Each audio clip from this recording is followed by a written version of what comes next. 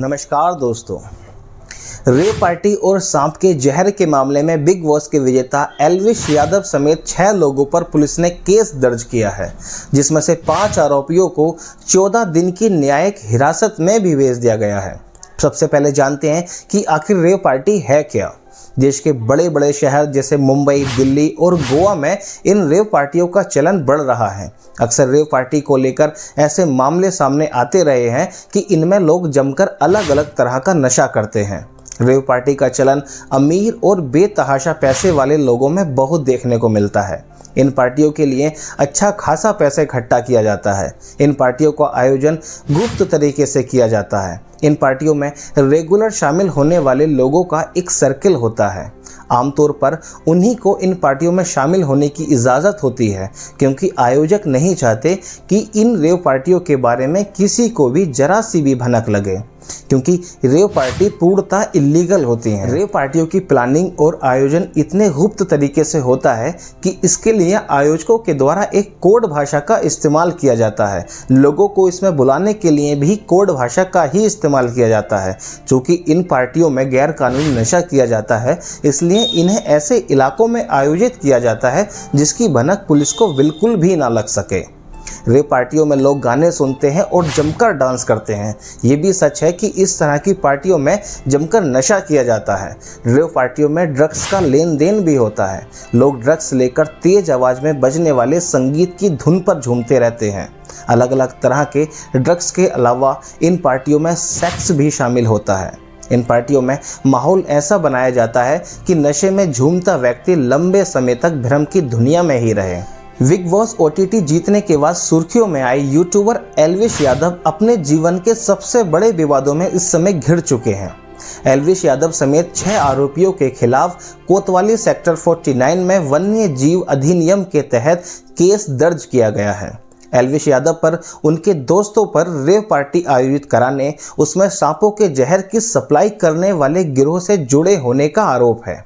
Police ने इस मामले में 5 लोगों को गिरफ्तार कर छानबीन कर रही है।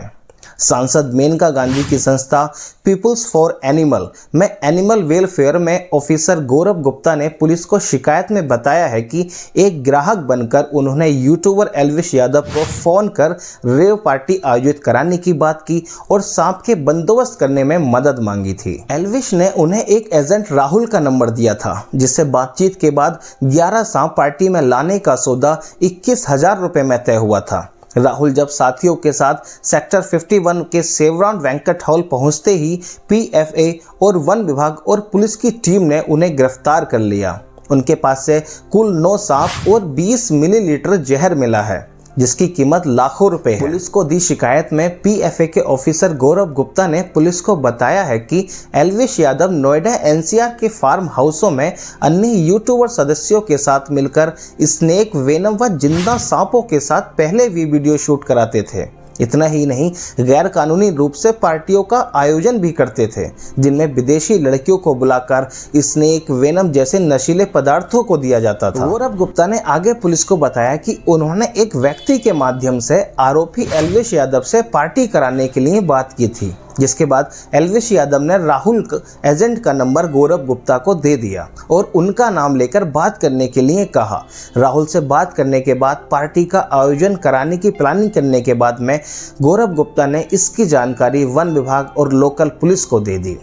गौरव गुप्ता ने राहुल से सांप को देखने की इच्छा जताई, जिसके बाद राहुल ने सांप का पिटारा खोलकर सामने रख दिया था, जिसमें से 5 कोबरा, 1 अजगर, 1 घोड़ा पछाड़ और 2 मुहा सांप शामिल थे। तभी वन विभाग और पुलिस की टीम ने सभी आरोपियों को छापा मारकर गिरफ्तार कर लिया। इन आरोपियों के पास से एक बैग भी मिला। बैग में अलग अलग तरह के पिंडियों में 9 सांप बरामद किए गए। टीम ने सांप का जहर कंज्यूम करने वाले एक व्यक्ति को भी पकड़ा है। वन विभाग और पुलिस की टीम के पास काफ़ी समय से इनपुट था कि शहर में बड़े पैमाने पर सांपों की तस्करी करने वाला गिरोह सक्रिय रूप से अपना काम कर रहा है। ऐसे में आपके मन में सवाल उठ रहा होगा कि आप आखिर सांपों के जहर का कारोबार कैसे होता है। इसका जवाब है कि सांपों के जहर का कारोबार करोड़ों और अरबों रुपयों में होता है। मेट्रो शहर में होने वाली इन रेप पार्टियों में सांप के जहर की बड़े पैमाने पर डिमांड सामने आई है। जांच में भी इस संबंध में बड़ा खुलासा हुआ है। नोएडा का यह गैंग इन पार्टियों में जहरीले सांपों का सप्लाई करते थे। इसके बदले में वे लाखों रुपए कमाते थे। सांप के जहर की डिमांड काफ़ी ज़्यादा है, इसी आधार पर रेट भी वसूला जाता है। सांप के जहर की एक 10 ग्राम की शीशी की कीमत लगभग 1 लाख रुपए तक है। इंटरनेशनल मार्केट की अगर बात करें तो इंटरनेशनल मार्केट में भी सांप का जहर खासी डिमांड में रहता है। गिरोह सांप के जहर के साथ साथ सांपों की तस्करी में भी जुटा है। तस्करी के तार नोएडा से लेकर गाजियाबाद और मथुरा से जुड़ते हुए दिखाई दे रहे हैं। सांपों की लगभग 3000 प्रजातियां हैं और इनमें से लगभग 600 ऐसे सांप होते हैं जो जहरीले होते हैं। हर जहरीले सांप का अपना विशिष्ट एक अलग लेवल का जहर होता है। हालांकि सांप के भी जहर 2 प्रकार के होते हैं। इसमें हेमोटॉक्सिन और न्यूरोटॉक्सिन शामिल हैं। हेमोटॉक्सिन से काफ़ी तेज ब्लड सर्कुलेशन होता है। न्यूरोटॉक्सिन मांसपेशियों को कम करने से रोकते हैं, इससे दम घुट जाता है। न्यूरोटॉक्सिन से बना जहर बहुत ही ज़्यादा घातक होता है। अगर ये मानव के अंदर चला जाए तो ह्यूमन बॉडी के सिस्टम को पूरी तरह से क्रैश कर देगा। सांप के जहर से दवाएं भी बनाई जाती हैं। ये दिल के दौरे और ब्लड से संबंधित अगर कोई रोग है तो ये उन लोगों को ठीक करने में भी सहायक हो सकते हैं, लेकिन कंफर्म नहीं है, सिर्फ हो सकते हैं। सांप के जहर का प्रभाव 5 से 6 दिनों तक रहता है। दरअसल सांप के जहर को लेने से पहले इसे लाइट बनाया जाता है, इसके बाद ही इसे कंज्यूम किया जाता है।